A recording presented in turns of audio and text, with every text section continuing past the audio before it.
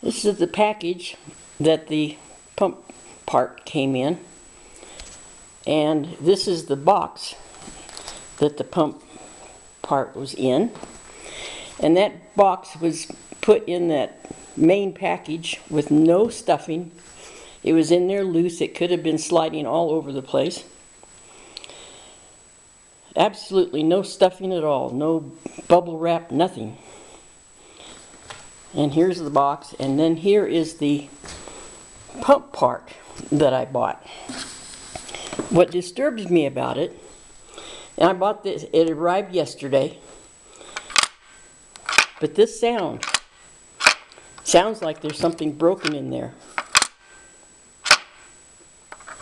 I'm hoping that that's supposed to be normal, but I really don't know.